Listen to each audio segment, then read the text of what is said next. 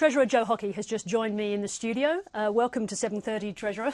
Great to be here. And congratulations on your first budget. We need to say that too. Well, thank you. Now, you've just delivered that budget. It's a budget with a new tax, with levies, with co-payments. Is it liberating for a politician to decide election promises don't matter? Well, I don't accept that question. The biggest, most significant promise we made was to fix the budget and strengthen the Australian economy, and we will. And this budget does that. But you say significant promise. What does that mean about all the other promises, particularly the Prime Minister made? Were they insignificant, frivolous, not to be taken seriously? No, they're all serious and they're all being implemented. Except that many of them have been broken. Well, that's your assertion. You are wrong. We are delivering in full on our promises, and we are going to deliver a stronger economy with more jobs and deliver a better quality of life to Australians in the future. Let's just stay with this and get this clear for a minute, because what the Prime Minister promised was tax cuts and no new taxes. We've got a new tax.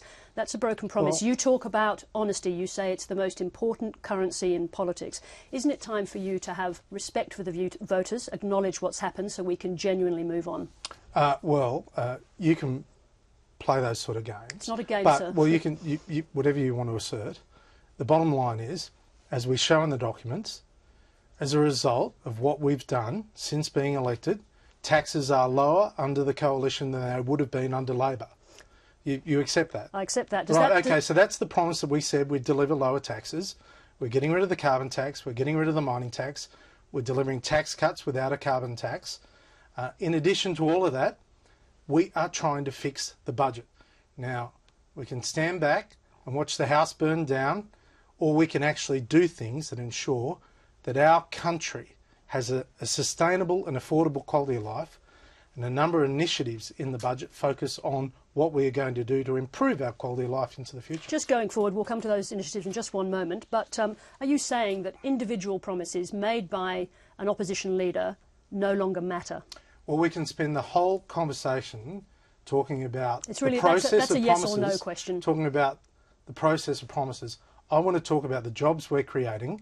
I want to talk about the infrastructure. I want to talk about what we're doing to build a stronger nation. All right, let's talk about some of the strongest themes in the budget, because you've been talking about this being pain that was going to be equally shared. So I want to ask you this. No, I didn't use the term pain that is equally shared. I said pain that is shared. I think it is important that everyone do their fair share. All right, well, let's talk about fairness. How do you explain to working families now facing higher fuel prices that mining companies, wealthy mining companies, get to keep their $2 billion diesel excise, while ordinary motorists are going to pay almost the same amount in higher fuel prices? Well, the diesel excise is a business input cost, and it's always been excluded from the tax system because they don't use roads.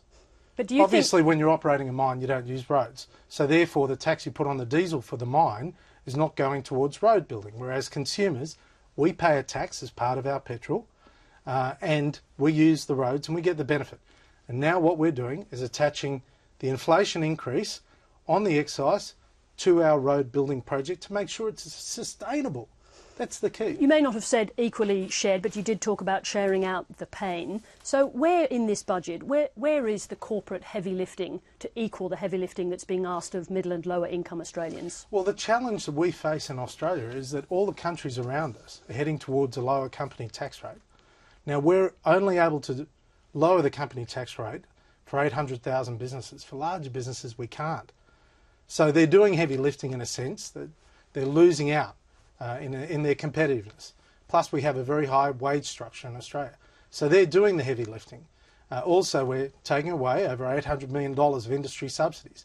That's a start. That's out of a total of how much, 10 billion? No, it isn't 10 billion because we're getting rid of a number of tariffs that is actually costing the budget money.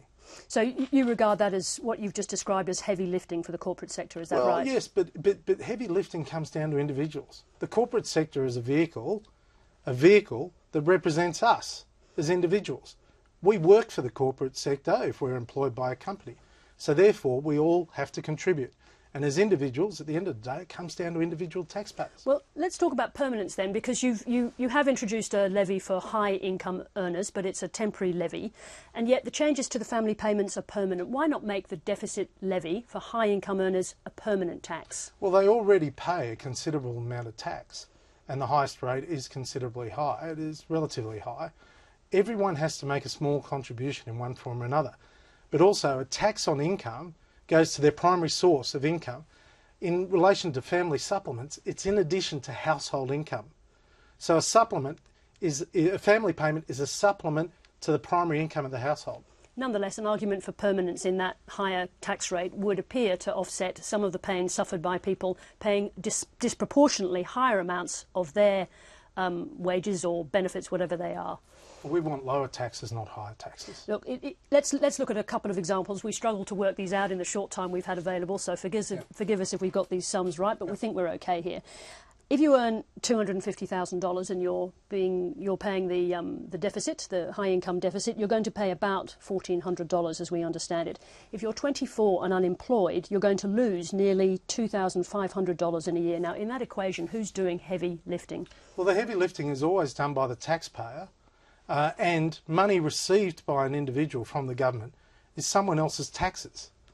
So what we want is for that unemployed person to get a job.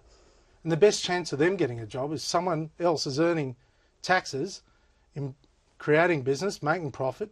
If you do that, then they've got a chance of getting a job. Now, in the lead up to this budget, we had the Commission of Audit asking for much stronger changes, in fact, particularly to pensions and family welfare.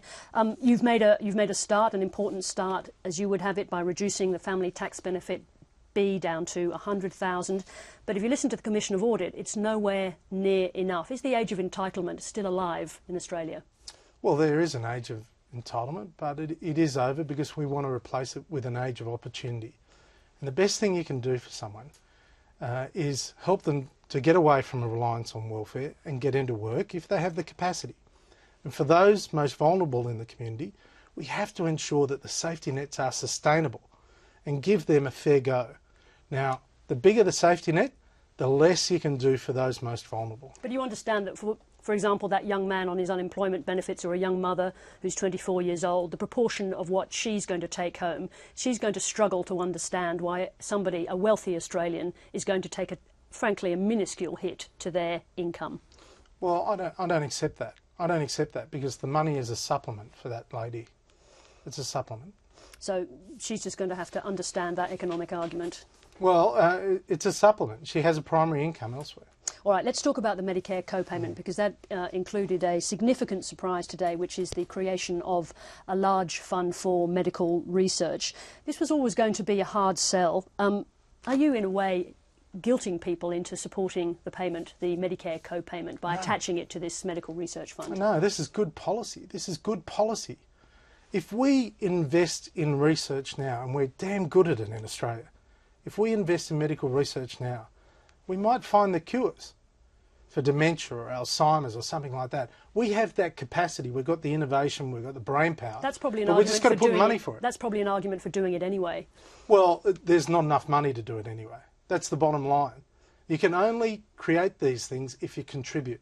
So when we're asking Australians, when you go to the doctor, pay $7, and if you're a concession card holder or a child, less, it's 10 visits a year you only have to pay for. But bottom line is, if you contribute a little bit, we're going to get a lot in the future. But you understand at the same time it's going to make it much harder for the opposition and for the other parties to vote against it. Well, they should vote for good policy, and it's good policy. Now, one of the things that people, I was talking about this just a moment ago, noticed while we were sitting in the budget lockup was to do with schools and hospitals. As I understand it, that money to the states for schools and hospitals is going to be cut by $80 billion over 10 years. Are you starving the states so that they beg you, effectively, to raise the GST? Well, that's up to them. They are responsible for schools and hospitals. We don't run any schools. We don't run any hospitals. But if you cut their funding by $80 billion, they're going to have to do something. So they're going to have to start the argument, the unpopular, unpalatable argument on the GST, not you. Well, all the GST goes to the states. So that's up to them. It's up to them. An ingenious piece of politics.